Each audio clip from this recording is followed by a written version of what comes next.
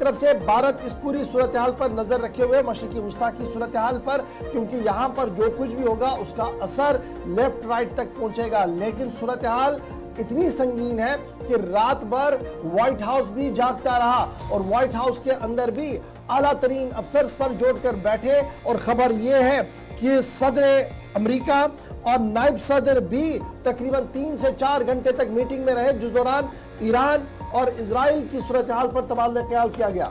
Back to back meetings ہو رہی تھی اور اسرائیل کی مدد کیسے کی جائے، تیاریوں کا بھی جائزہ لیا گیا، اور ساتھ ساتھ ایرانی حملے کے بعد اس ہنگامی اجلاس میں اس بات پر تبادلہ خیال ہوا کہ ایرانی حملوں کو روکا کیسے جائے۔ تو افواج کو حکم دے دیا گیا کہ اگر آئرن ڈوم کہیں پر ناکام ہوتا ہے تو پھر چاہیے، یعنی جو حملے اس وقت ایران کی طرف سے ہو رہے ہیں اس کو روکا جائے۔ حالانکہ ایران یہ صاف کر چکا ہے کہ اس نے اب حملے روک دیے ہیں، کنکلوژن ہو چکا ہے، مگر ایرانی حملوں کے جواب میں کیا حکمت عملی واضح کی جائے؟ ایک تو اسرائیل جو یہ کہہ رہا ہے کہ آئندہ 24 گھنٹوں میں مشرق وسطیٰ کے اندر مختلف علاقوں میں بامبنگ کی جائے گی، اور جو پچھلے 24-48 گھنٹوں میں ہوئی اس سے بھی زیادہ آگے بڑھا جائے گا۔ لیکن دوسری طرف اسرائیل کی مدد مسلسل، چاہے آپ وہ معاشی طور پر دیکھیں گے یا فزیکلی بھی ہتھیار دے کر جو اب تک کوششیں کی گئی امریکہ کی جانب سے، ان کوششوں کو برقرار رکھنے اور اس عزم کا اعادہ کیا گیا یہ بیان جاری کر کے کہ یہ اسٹیٹ پر حملہ ہے تو اسی حساب سے جواب ہونا چاہیے۔ اب یو ایس کی جانب سے ہنگامی اجلاس کے بعد وائٹ ہاؤس میں دیر رات گئے پریس بریفنگ بھی ہوئی، سوالات کا جواب بھی دیا گیا اور کہا گیا کہ اس کا جو جوابی اثر ہوگا وہ کافی شدید قسم کا ہوگا، نقصان کا بھی خدشہ ہے، لیکن مختلف علاقوں کے اندر جہاں پر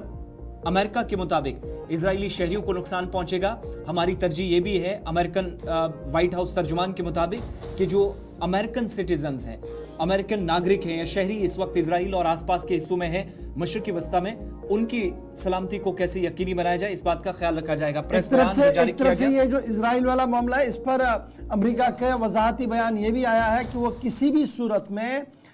اسرائیل کو الگ نہیں چھوڑے گا، بلکہ ہر قسم کی مدد معاونت اسرائیل کو دی جائے گی تاکہ ایران تہران کو جواب دیا جا سکے۔ یہ صاف وائٹ ہاؤس کی طرف سے رات دیر گئے کر دیا گیا ہے، بیان جاری کر دیا ہے وائٹ ہاؤس نے، اور صاف کر دیا ہے کہ بائیڈن اور ہیرس کی میٹنگ کل رات دیر گئی ہوئی ہے جس میں ان تمام صورتحال پر جائزہ لیا گیا ہے۔ ایک طرف سے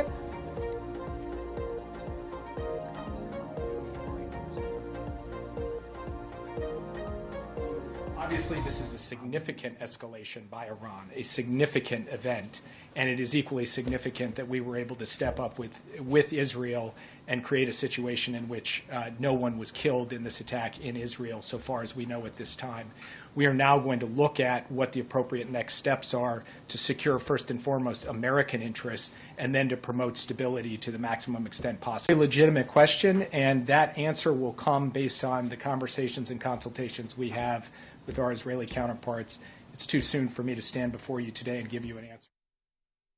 تو یہ بیان یو ایس کی جانب سے جاری کیا گیا جب حملے ہوئے اور حملوں کے جواب میں کیا کارروائی کی جا سکتی ہے اس پر ایک نظر اب آگے بڑھتے ہیں۔